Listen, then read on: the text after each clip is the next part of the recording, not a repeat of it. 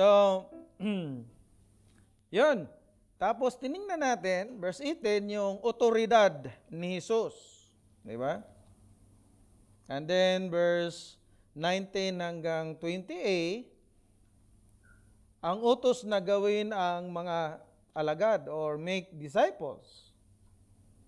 And then, sa pangatlong puntos ay the promise of Jesus' presence.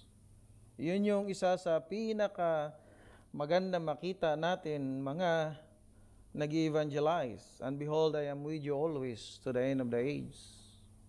Kaya nga, maganda na binigyan natin ng sumarya na authority ng evangelism is based on the authority of Jesus, who commands us to go and make disciples.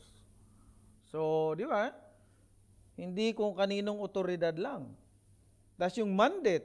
Yung mandate ng evangelism is not just about sharing the gospel, but about making disciples. So, yung ating mga target na ini-evangelize, hindi lang yan para ma-convert, kundi disciples, baptizing them, teaching them, and nurturing them as new believers. Yung presence, believers can evangelize confidently, knowing that Jesus is with them, empowering their efforts. So let us come to the Lord in prayer. Aming Diyos na banal, salamat po ng marami sa umagang ito, sa amin pong pagpapatuloy sa pagtingin ng iyong mga salita, Panginoong Hesus, na kayo ang nag-utos, na kami bilang mga membro ng church na ito, bilang mga disipulo ninyo, na matapat na patuloy na lumalago sa kabila ng marami pang progreso na pwede namin gawin na inyong ginagawa sa amin. Tulungan nyo kami na makita ang 10 guidelines sa isang epektibong pag-ibanghilyo. Panginoon, gamitin nyo ang mga nakapalibot sa amin, ang mga nangyayari sa amin, kung paano lalo pa kami magkaroon ng devotion, compassion, urgency to share the good news that's centered to you, Jesus. This is we pray in your name. Amen. So yun. So ngayon, ang ating tingnan ay yung 10 guides of effective evangelism. So I hope, I'll share ko to, ating gagawin. So 10 para mabilis maalala. Di ba? 10 utos, 10 guidelines. So isa ito sa maganda nating tingnan dahil alam ko na lahat tayo ay nagnanais na we grow in numbers dahil tayo ay growing in maturity. So ilagay muna natin sa konteksto na community. So wag na muna tayo sa nations dahil or whatever, pagka kayo or tayo ay pinadala na sa ibang bansa, then we continue over there. Effective community evangelism na in-outline ng Panginoong Hesus sa kanyang mga katuruan at nilinaw niya ito sa kanyang mga disipulo. So, automatically ako, na mga mananampalataya kay Kristo, tayo ay tinuring na mga disipulo. Hindi man tayo apostoles. So as we continue learning the teaching of Christ, the truths of the gospel, we are disciples.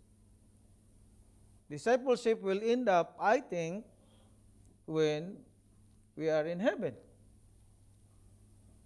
Or maybe we keep being discipled throughout eternity because we keep on learning the amazing grace of God in heaven. Exhaustively, hindi natin maubos kung gaano ang biyaya ng Diyos, ang habag ng Diyos throughout eternity.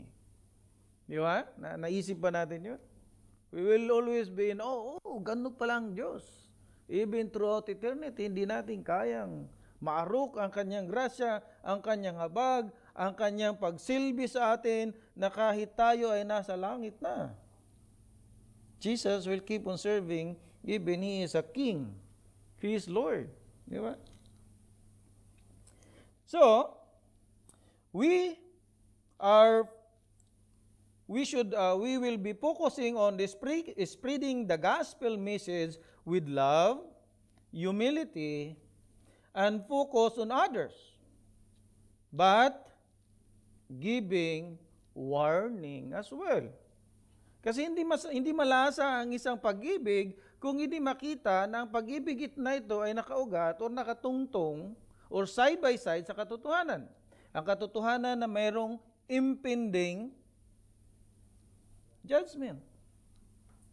Di ba?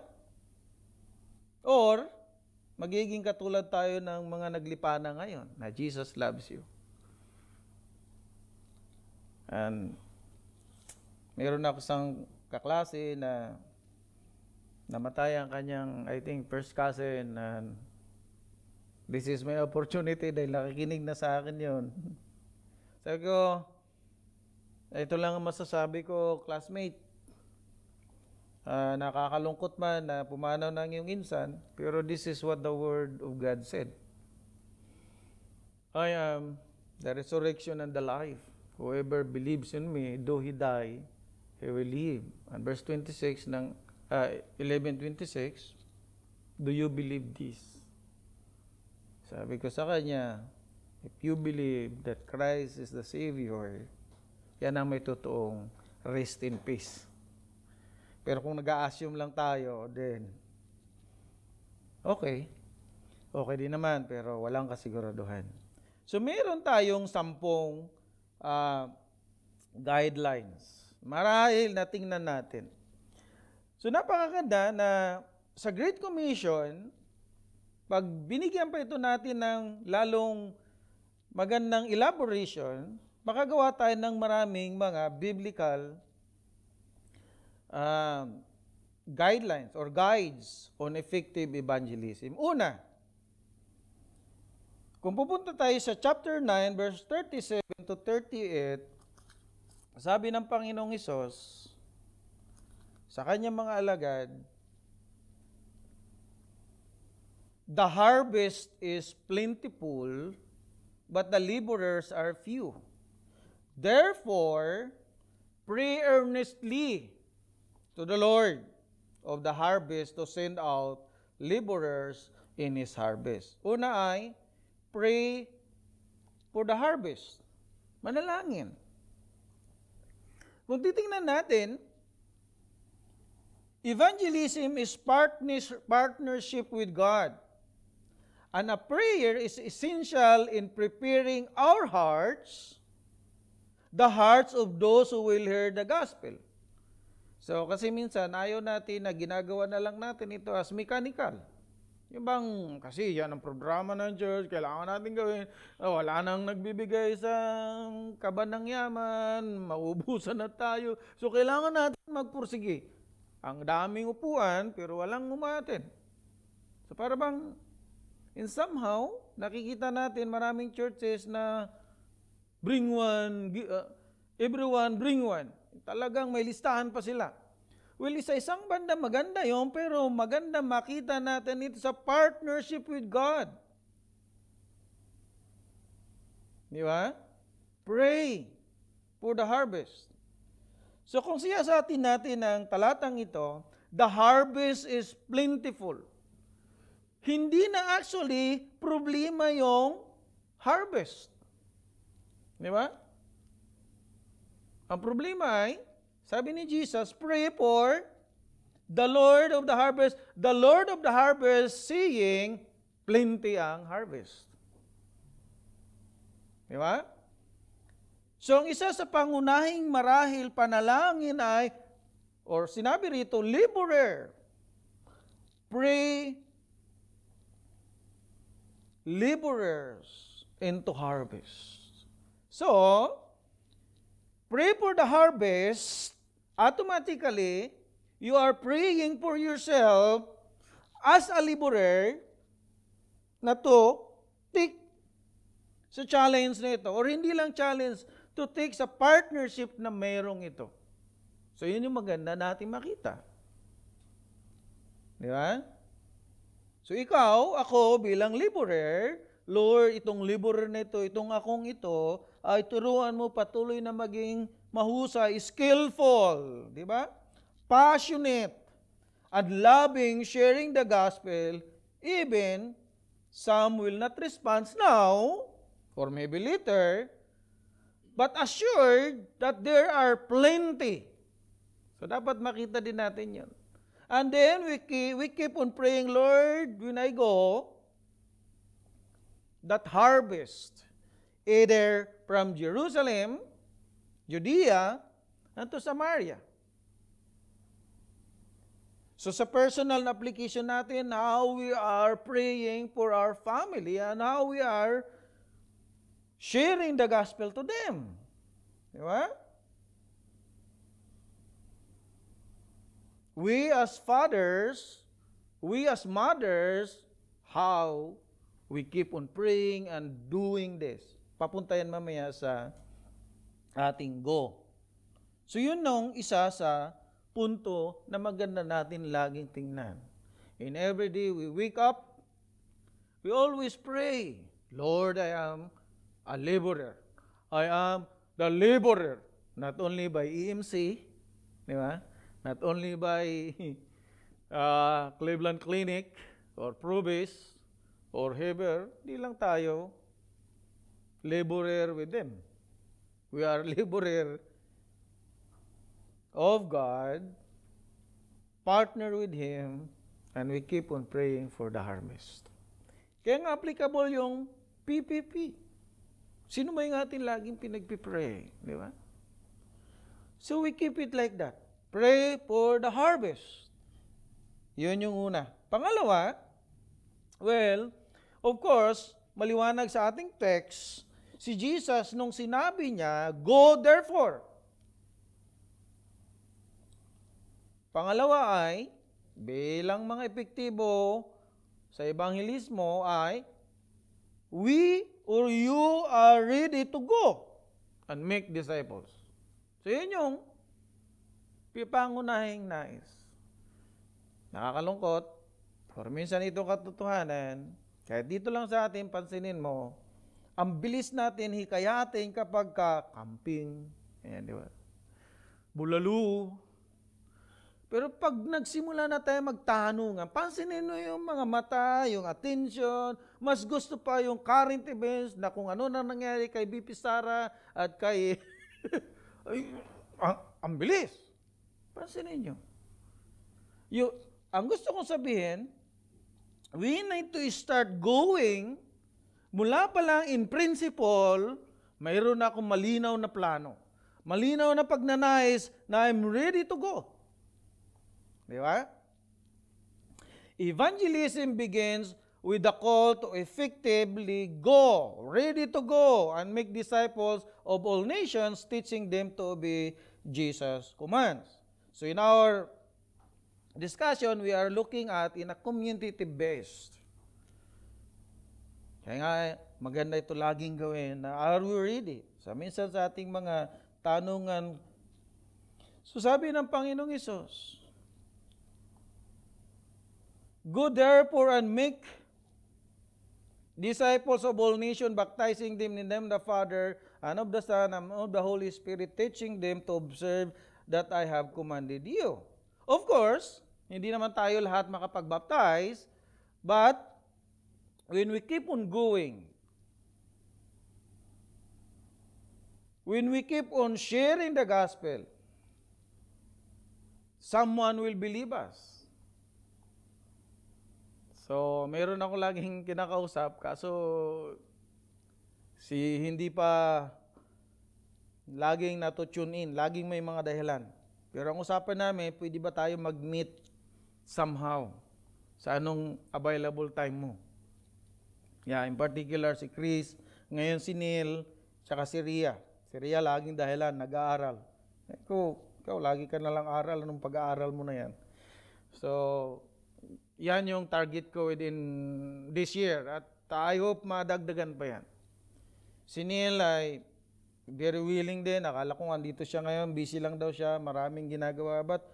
So, I should be ready to go. I should have a plan. Mayroon akong mga tao or tayong mga taong iniisip na puntahan. We praise the Lord sa buhay ng bawat isa sa inyo. Di ba? So recently, si Romel ay lagi pumupunta rito dahil may someone. So I think we keep that. Lagi lang natin itong gawin. Lagi lang tayong ready to go. Now, making disciples in the context of personal na aspito is, we are always telling them what we learn. Minsan hindi mo kailangan maging mahusay sa hypostatic union, predestination, election, double predestination. Minsan hindi kailangan yan. Reformation. Di ba? May kapatiran dati na, Brad, lagi na lang reformation. Reform ang sinasabi mo. Ano nga ba yan? Pwede mo ma-explain in one sentence? Paano nga ba? Yan ang problema. Kasi we are going out doon sa mga very technical. We need to go out the basic. Gospel. What we learn, what we understand about the gospel. What the Lord has done to us. Go back to the basic. Di ba? Yun ang magiging skillful tayo. Sa maraming anggulo, pwede nating ipresenta ang mabuting balita. Ang mabuting balita, laging sentro. Ang puso ay si Kristo, ang pundasyon ay si Kristo. Walang iba, kundi ay si Kristo lang. Then we have to invest some of our time. Minsan yon, sa aking pagtingin, sa atin ay kasama ang treasures. Diba? Hindi lang time. Treasure. Kaya patsi-patsi, hati-hati. Diba? Well, of course, para i-showcase mo rin ang iyong talent. Talent of what? Talent how to pray for them. Alam mo, yung mga bago lang, sabi ko, sige, pwede bang malaman kung ano ang pwede ko ipag-pray sa'yo? Sabi ng kausap ko, uy, sir, ang ganda naman yan. Ang gandang offer yan. Sabi ko, kasi yan lang ang tanging may tulong ko agad ngayon sa'yo. Just to keep on praying for you. See? Hindi lang yan talent, hindi lang yan dahil sa isang nagpabida, kundi rooted on what I learned, how we learn, how we are discipled by the Lord. Di ba? That is a godly traits. Napakaganda. Simply, but yet it is effective. Of course, after some time, kapag kaya na, bring them to the Bible study. Bring them to a conversation, lively, vibrant, always talking. Hindi lang naman puro gospel, but yung mga typical na nangyayari, sabi ni ating kaibigang patay na, si Charles Hagon Spurgeon, let every conversation end up in the cross. Kung maaari. Di ba? Lahat ng conversation pupunta lagi kay Kristo. Bring them. Hindi agad madala sa... That is how we are members doing the discipleship or being ready to go and make disciples. Pangatlo ay preach the gospel with love and truth. Diba? Mayroong pag-ibig laging. Minsan, ayaw ko, minsan galit na lang tayo dahil itong taong to masama kasi kailangan ko ng preachan ng gospel. Well, lahat naman talaga masama. With love, with a great concern. Kaya nang sinabi ko kanina, anchored or side by side in truth. Pangatlo ay, preach the gospel with love in truth. Evangelism is grounded in love and truth, not force or judgment. We should speak the truth in love. focusing on people's spiritual needs. Di ba? Klarado sa atin ito. Sa 1 Corinthians chapter 13 verse 2, sabi ni Paul, if I have prophetic powers and understand all the mysteries and all knowledge, and if I have all faith, so as to remove mountains, but have not love, I am nothing. Pansinin niyo na ang focus sa karamihan ngayon ay yung mga nauna, yung mga pagalingan. But for us, ito yung magandang repress natin yung ating mind, ang ating heart. This is the third na pwede nating tingnan. Love that conquer. Pansinin sa maraming labanan, sa maraming mga taong galit na, pag pinakitaan mo rin ng galit, anong nangyayari? Ay laging lalo magkagalit. But think about, you were conquered because the love of God. He first loved us. If God comes us with judgment, with hatred, then walang mangyayari sa atin. Di ba? So I think that is the very foundation why we preach the gospel with love, in truth. Laging paalala sa atin, ito ang lagi kong gagawin. It is nothing, Paul says. Actually, sa text na yun, pag pinasa mo doon, love bears all. Di ba? Love conquer. Pero sinabi niya rin doon na love does not enjoy with the wrong. Dahil hindi mo ma-team na nakikita ang iyong mga mahal sa buhay, ang mga nakapaligid sa inyo, na they are just enjoying the wrong. And if we don't do anything, wala tayong ginawa, then we are not a loving person. Di ba? Ang isang mapagmahal na pag-ibanghilyo ay nakikita ang katotohanan na sila ay nag-i-enjoy sa kasalanan at kaya mo sila sasabihan. Kapag ang isang tao ay nasa bingit na ng kamatayan, sasabihin lang ba natin, oy, bahala ka na dyan. Pero marahil, gagawa tayo ng paraan para ialis siya or sila. Ganon din ang ating point number 3. Preach the gospel with love and truth. The truth that they will be dead of their sins. But the loving Father give the good news that there is a Savior. Truth in love.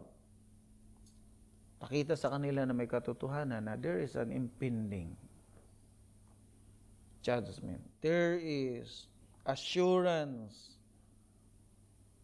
security, direction, buhay na walang hanggan sa mga mananampalataya kay Kristo. Then, felt the concern. Mayroon kang, dahil sa iyong aking pagmamahal, ramdam mo ang concern sa kanila. Di ba? Yung concern na nakaugat sa pag-ibig ay mabilis itong makita. Sabi ng ating kaibigan na medyo maedad na, saka ilang sandali na lang, mamatay na rin to. Di na nga pumupunta sa Abu Dhabi kahit anong invite ng GCC. Sabi ni John MacArthur, show your great love. Show your big love, big concern. And they will listen to your big doctrine. Minsan gusto agad natin doktrinahan, di ba? Election, predestination, naligtas ka dahil pinili ka ng Diyos. Minsan, di nila ma-feel yun eh. We need to show our concern, our big love. And later on, they will listen to our big doctrines. Number 4 is, be a model.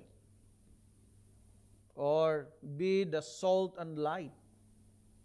Sabi sa Matthew chapter 13 verse 14, chapter 5 verse 13 to 14.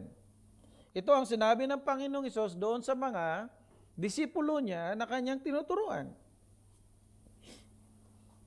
Let your life reflect Christ's character. Ongoing process ito sa bawat isa sa atin. Patuloy itong inuhubog ng Diyos. Patuloy tayong nire-remind.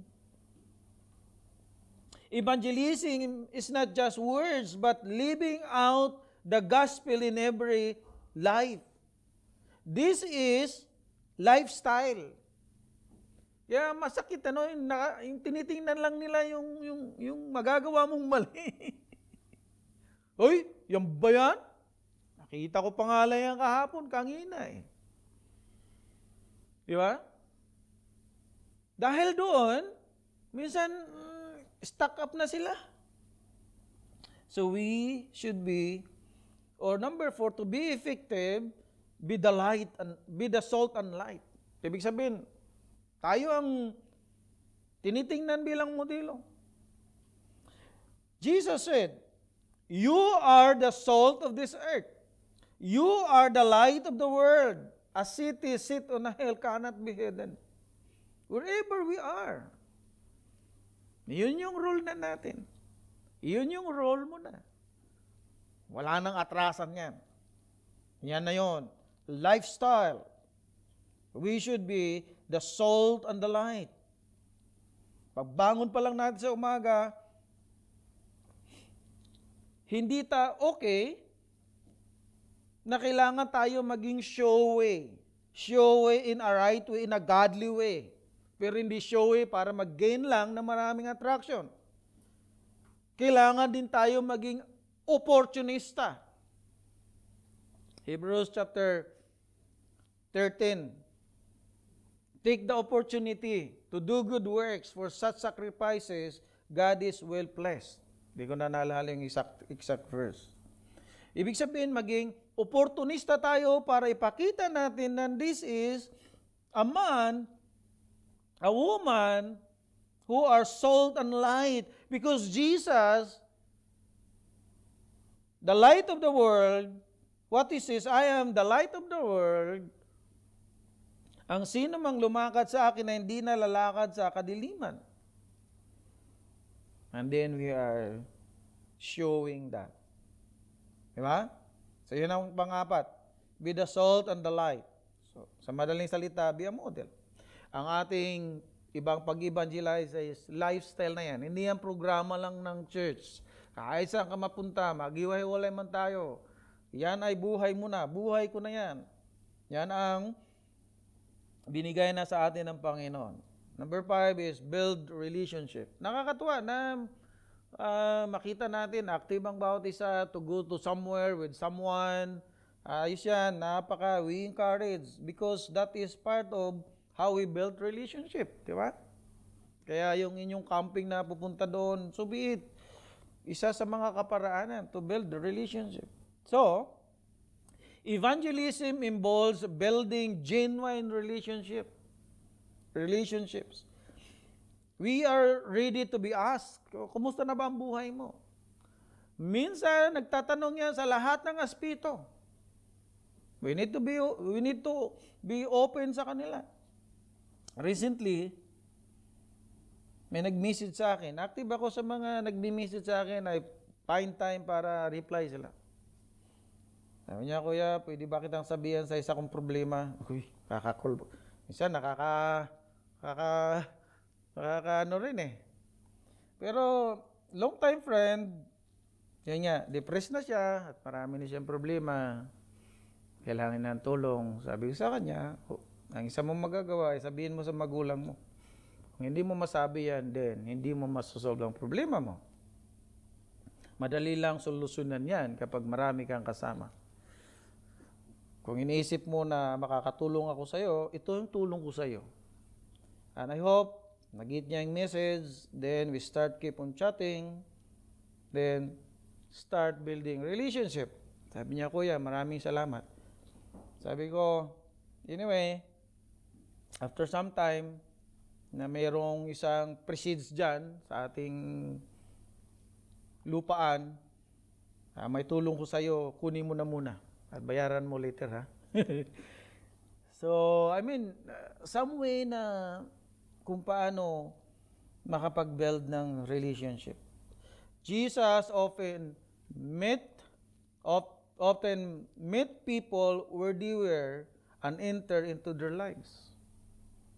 Yan yung ginagawa ng Panginoong Hesus. So, makita natin sa Matthew chapter 22 verse 37 to 39, ito yung greatest commandment, di ba? Pero tingnan natin. Na after ng greatest commandment na ito, or summary ng commandment sa 10 commandments, sinumarya niya ng 2. At ang sinabi niya in verse 37, and he said to him, you shall love your God with all your heart, with all your soul, and with all your mind. This is the great and first commandment. And the second is like it. You shall love your neighbor as yourself. So, how Jesus loved, the Father loves Jesus, the triune God is bound by love. Kaya nga, ang isa sa pinaka-simple na pagpapatunay na ang Diyos ay tatlo sa kanyang persona dahil sa kanyang pag-ibig. God is love, and whom He will love before the eternity past. Sino ba ang inibig niya nung wala pang panahon? Hindi ka masasabing ikaw ay mangingibig kung wala kang inibig. So it was the Father and the Son. The triune God is in love relationship. Si Kristo ay naparito sa mundong ito dahil sa kanyang pag-ibig sa kanyang Ama, ang kanyang Ama na umibig sa ating mga makasalanan, kaya si Kristo ay pumunta rito dahil sa kanya na ring pag-ibig, bunga ng kanyang pag-ibig sa Diyos Ama. And that's why Jesus said, love your neighbor as yourself. Tayo, as we build a relationship, again, grounded sa ating tunay na pagmamahal. Love your neighbor as you love yourself. This is a clear demonstration of how we love God. Di ba? Sabi nga ng Biblia, paano mo masasabing minamahal mo ang Diyos kung ang kapatid mo, neighbor mo na nakikita mo, hindi mo maipakitaan ng pag-ibig? So, number 5, we build relationship, genuine relationship. We are ready for this. Number 6, be ready to give an answer. Diba? Kaya pag nagsisimula na tayo, marami nang nagtatanong. Be prepared to explain the hope you have in Christ. The hope we have in Christ. Actually, when we are answering questions related to Christ, we are honoring Him as holy. Di ba? Answering questions with gentleness and respect. 1 Peter chapter 3, verse 15. But in your hearts, honor Christ the Lord as holy, always being prepared to make a defense to anyone who asks you for a reason for the hope that is in you. Yet do it with gentleness and respect. Jesus, the hope of glory. We are in Christ, as Colossians said. Diba? Our life is hidden with God in Christ. We honor Christ actually when we are always prepared to make a defense, to answer questions. Of course, hindi naman niya nagtatanong ng mga grabe kung ano-anong mga tanong. Ang karamihang tanong nila ay basics, related sa kanilang buhay. Ang pangunahin dyan, tanong ay nakarelate sa kaayusan, sa kasiguraduhan. Kaya nga, napakaganda na ang conversation, napakaganda na ang sagot ay always go to the gospel. May mga tanong na tila baga wala sa ayos. Walang kakwenta-kwenta. Pero tayo ang mag-aayos ayusin ang sagot, bigyan ng makahalagahan para ipresenta kung sino si Kristo. Be ready to give answer. Makita rin natin dito na ang salitang being prepared. Patuloy tayong nag-aaral. I even request or humbly encourage every one of us to look for a lot of questions. Maraming books, maraming tanungan that we need to be keep on asking that to ourselves. Tapos, ayusin natin minsan yung ating mga practice. Paano nga ba kung iba-iba na ang nagtatatanong? Minsan, naubusan na ako ng sagot dahil natututo na magtanong ang aking mga tinuturuan, in particular sa aming family. Yan. Ready to give an answer. Number 6. Number 7 is serve the community and the church. Yung kung ready ka mag-serve or mag-answer, ready to serve the community and the church. Serve community and the church. So, in both ways, evangelism is often effective when it is accompanied by acts of service. Serving others demonstrates the love of Christ. In chapter 20 ng Matthew, verse 26, basahin lang natin. 26 to 28 ng Matthew 20, sabi rito,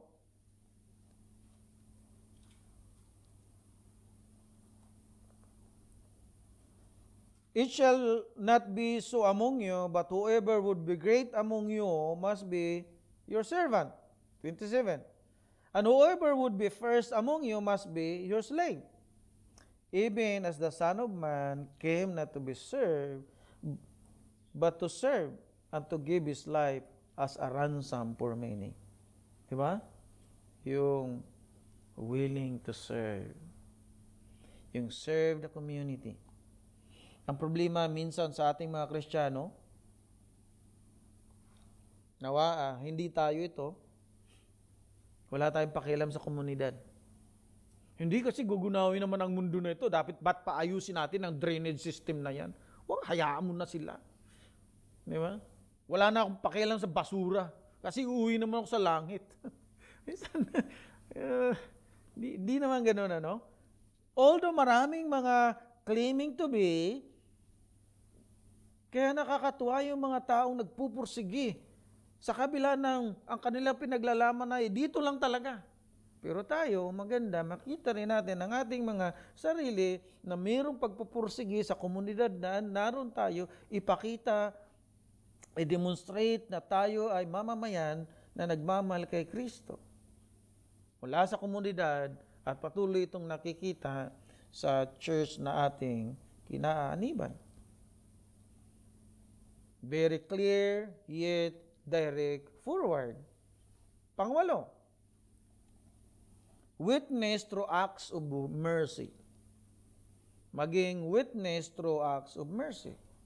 Naalala ko ang Beatitudes. Yun ang kailangan natin. Or yun ang, sabi nga ni Kuya Al, yun ang description or yun talaga ay ang mga Kristiyano. Evangelism should be paired with meeting physical needs, such as providing for the poor and the oppressed as a sign of God's kingdom. Yung marunong tayong tumingin sa pangangailangan ng tao. Well, of course, kailangan din natin maging discerning. Tulad kahapon, urning isang araw, may lumapit sa akin, wala na daw siyang pera, nasa kasakit pa yung Saudi. Sabi ko, I'm so sorry my friend, wala rin talaga akong pera. Pero alam ko, modus na yon. Traveler, well, pero kung kilala na natin, kapitbahay na natin, alam natin, mayroon tayong may tutulong, why not? To invest something. Kung either sa anumang kaparaanan. Matthew 25, verse 37, what Jesus said, Sabi rito, 25, verse 27, then you ought to have invested my money with the bankers, and it coming at you'd have received that was my own with interest. 25:37 pala. Lumayo.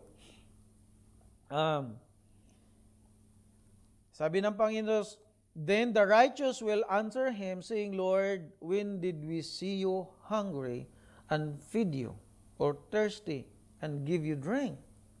Di ba? Kailan ka nagutom, Panginoon? Pero Jesus is referring to those people around us. So we need to witness through acts of mercy. We are just evangelizing. Marami pong mga testimony sa lugar na ito na nakita ng mga lokal, ng mga Arabs, ang acts of mercy ng maraming mga mananampalataya. Dahil dyan, doon sila nagsisimula magtanong, bakit ganun kayo? Sa kabila ng kung ano-ano ay tinutulungan nyo pa kami. Di ba? So we need to keep on doing that as well. Number 9, share the good news boldly. Huwag naman yung puro pabulong masyado. O huwag naman, hindi, makikita na nila yung aking ginagawa at magtatanong na yan balang araw. Well, somehow okay, pero we need to be bold. Kailangan nating sabihin. Evangelism required boldness and courage in proclaiming the truth of the gospel, even when it may be not easy or popular, or even some will oppose it. Be bold. Be courageous. Di ba? Colossians chapter 4, verse 3 to 4. This is what Paul says. And pray for us, that God may open to us a door for the word. So in relation kanina sa pray for the deliverer, di ba?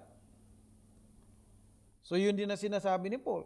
To declare the mystery of Christ, on account of which I am in prison, that I may make it clear, which is how I ought to speak.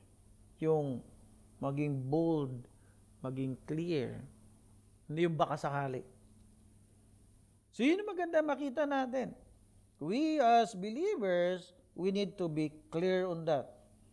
Share the good news boldly. Panguli. Ayan. The aim of our evangelism, the aim of this all the guidance, is to make disciples, not just converts. Di ba? Mananampalataya na yan, kaya okay na, pabayaan na. Make them disciples. Katulad ng sinabi muli dito sa chapter 28, verse 20, teaching them to observe all that I have commanded. And behold, I am with you always to the end of the age. Discipleship. Evangelism should lead to discipleship, not merely making converts.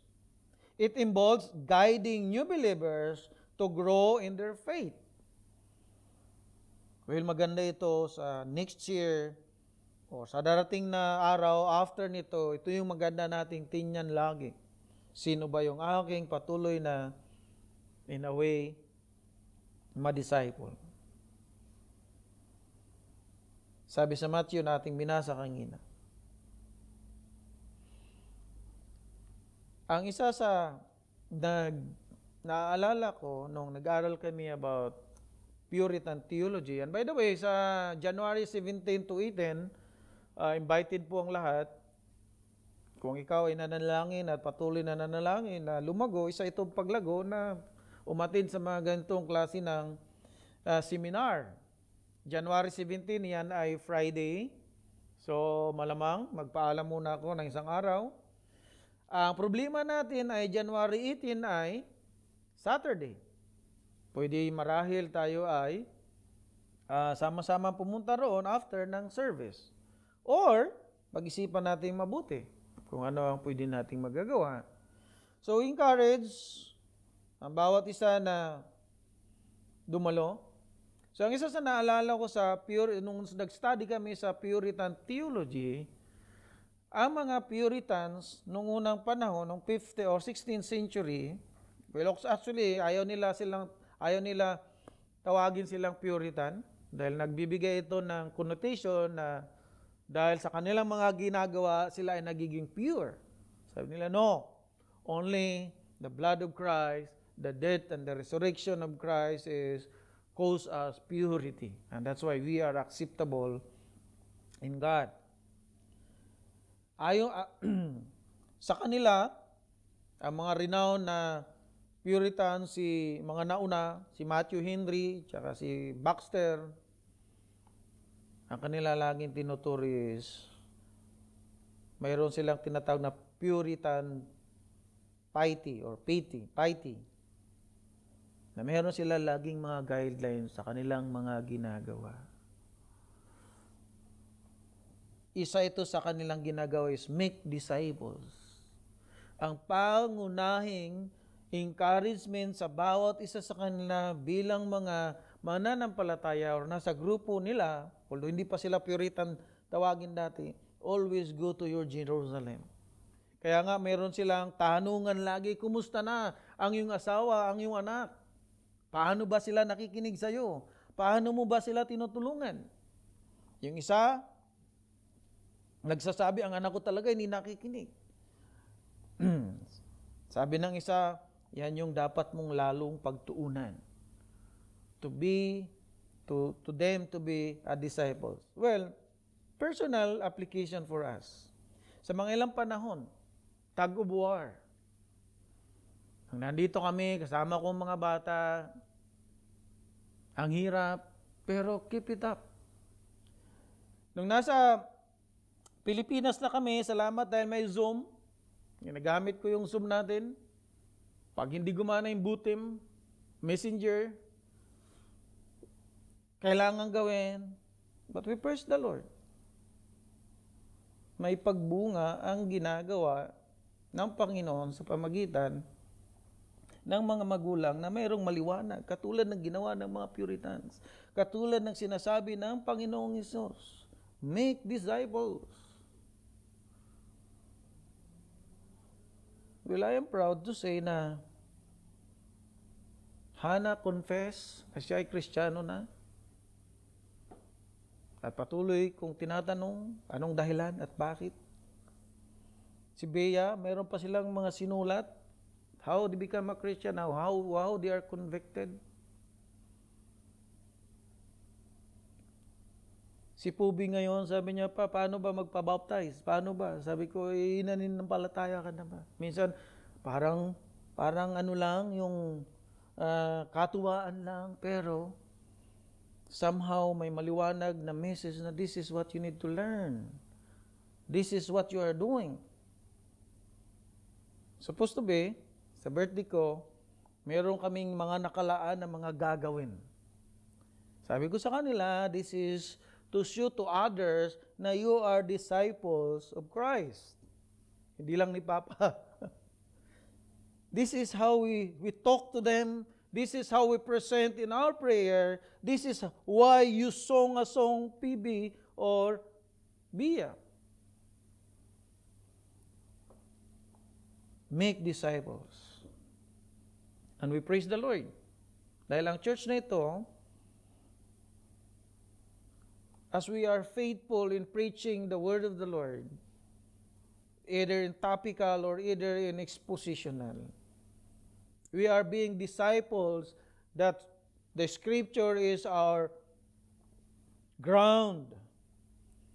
Siya ang pangunahing pinagkukuhanan natin ng ating prinsipyo sa mga katotohanan na dapat nating gagawin at ang scripture lagi ang ating pundasyon para lalo natin makita kung sino si Kristo. And that is number one, discipleship na nangyayari sa atin.